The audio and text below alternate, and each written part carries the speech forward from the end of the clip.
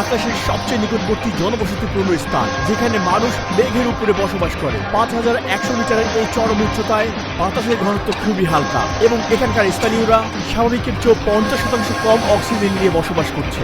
তাদের দেহ আমাদের চেয়ে 2 গুণ বেশি রক্তকণিকা তৈরি করার জন্য বিবর্তিত হয়েছে। এই অনুর্বর জমিতে বায়ুর চাপ কম থাকায় একটি গাছও এখানে বাঁচতে পারে না। পেরুভিয়ান আন্দিজের এই শহরটি ইউরোপের সর্বোচ্চ শৃঙ্গ মন্ট ব্ল্যাঙ্কেট থেকে প্রায় 3000 মিটারের চেয়ে বেশি উঁচুতে অবস্থিত। এছাড়াও এটি এমন একটি জায়গা যেখানে অপরাধ এবং বিপদ সবসময় নিকটেই থাকে। মানুষ শুধুমাত্র একটি কারণেই এই কঠিন পরিবেশে থাকে, তা হচ্ছে স্বর্ণ। এখানে বসবাস করা 50,000 মানুষ সবাই শুধু সম্পদের স্বপ্ন দেখছে। পৃথিবীর এই সর্বোচ্চ উচ্চতায় বসবাসকারী মানুষের জীবন কেমন তা আমরা দেখতে এসেছি। থামুন, থামুন, এখানে থামুন। হ্যাঁ, নামিয়ে দিন।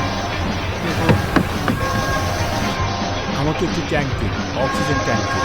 কষ্ট হচ্ছে। সমুদ্রপৃষ্ঠে অভ্যস্ত কোনো মানুষের জন্য একদিনে 2000 মিটার উপরে আরোহণ অসুস্থতার কারণ হতে পারে, যেখানে আমরা ইতিমধ্যে ওই উচ্চতার দ্বিগুণ আরোহণ করেছি। মাথা ব্যথা, আবছা ব্যথা, এছাড়াও কাশি এবং শ্বাসকষ্টের কারণও হতে পারে। দ্রুত উচ্চতায় উঠলে আপনার ফুসফুসের তরল পানিও জমতে পারে। এমন অবস্থায় তাৎক্ষণিক সাহায্য চাওয়া অত্যন্ত গুরুত্বপূর্ণ। অধিক উচ্চতায় উচ্চ মাত্রার শ্বাস প্রশ্বাসের ফলে দ্বিগুণ পানি খরচ হয়, তাই এই অবস্থায় নিজেকে হাইড্রেট রাখা খুবই গুরুত্বপূর্ণ। Look at the elevation here, friends. আপনারা নিশ্চয়ই দেখতে পাচ্ছেন এখানে উচ্চতা কত। এই পর্বতটি মেঘের সমান উঁচু। এখন আমরা মেঘের উপর দিয়ে চলে যাব। আমাদের এ নিয়ে চিন্তা করবেন না, আমরা ঠিক আছি। উচ্চতা বৃদ্ধি পাওয়ার সাথে সাথে আমরা এটা দিয়ে শ্বাস নিই। এখানে থাকা মানুষের কিছুই হয় না, তারা এই পরিস্থিতিতে নিজেকে মানিয়ে নিয়েছে।